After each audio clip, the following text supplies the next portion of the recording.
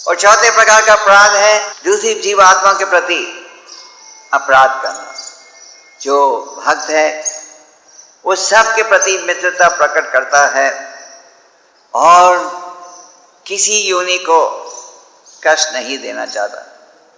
और वैष्णव जो है हर प्रकार के अपराध से अपने आप को बचाना चाहता है। फिर एक और प्रकार का अपराध है असत तृष्णा। उसका ये अर्थ है कि अनेक भौतिक सुविधाओं की इच्छा रखना, ये सोचना कि हमें स्वर्ग का सुख प्राप्त हो जाए। कई लोग स्वर्ग जाना चाहते हैं, क्यों? स्वर्ग में इस भौतिक जगत से ज़्यादा अधिक मात्रा का सुख प्राप्त हो सकता है। फिर कई आध्यात्मिकवादियों की इच्छा होती है कि हमें 8 प्रकार की यौगिक सिद्धियां प्राप्त हो। भक्ति रसामृत सिंधु में रूपा गोस्वामी जी 8 प्रकार की यौगिक सिद्धियां की भी चर्चा करते हैं। चैतन्य चरितामृत में कृष्णदास कविराज जी कहते हैं, कृष्ण भक्त निष्कामा अतएव शांता, भुक्ति मुक्ति सिद्धि कामी सकाली अशांता। कृष्णदास कविराज जी कह रहे हैं कि कृष्ण भगवान के भक्त जो कि निष्काम भाव से इस मार्ग में प्रवेश करें वो सदा शांत रहेंगे।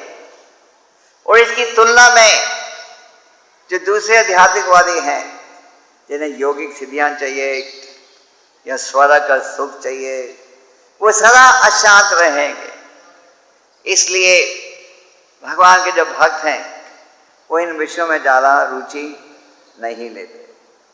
फिर एक चौथे प्रकार का अपराध है, हम जब संक्षेप में आपको समझा रहे हैं कि तत्व विभ्रम, कि आध्यात्मिक विषयों के विषय में ठीक ज्ञान नहीं रखना। जैसे कि ये नहीं समझना कि हमारा स्वरूप क्या है, हमारा वास्तविक स्वरूप क्या है, ये नहीं समझना। महाप्रभु जी ने क्या कहा है इस विषय पर? जीवे स्वरूपाय कृष्ण नित्य अध्यास, कि हम सबका स्वाभाविक स्वरूप यह है कि हम भगवान की सेवा में जुड़े रहे। पर ये नहीं समझना कि हमारा असली स्वाभाविक स्वरूप क्या है। फिर परम भगवान के दिव्य रूप को नहीं समझना। आगे साधना भक्ति के विषय में ज्ञान नहीं रखना। साधना भक्ति के विषय भी रूप गोस्वामी जी चर्चा करते हैं। साधना भक्ति का अर्थ है अनेक विधियों का पालन करना और नियमों के पालन के द्वारा हृदय में जागृति उत्पन्न होगी भगवान को समझने के लिए, भगवान के सेवा में जुड़ने के लिए।